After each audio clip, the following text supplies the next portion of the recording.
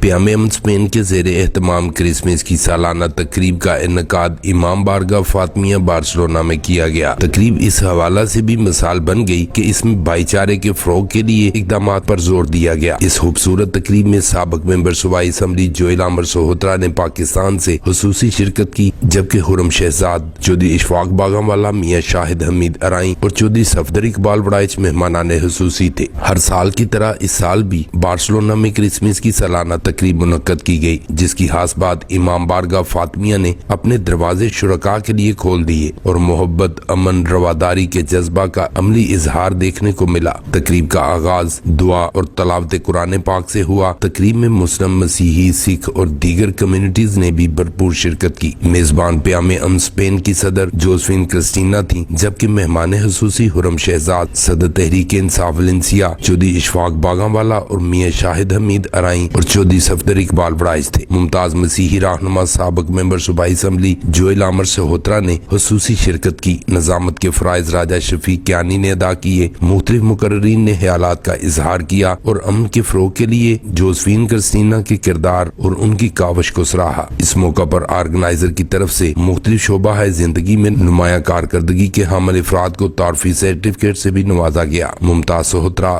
BB1 news, Barcelona.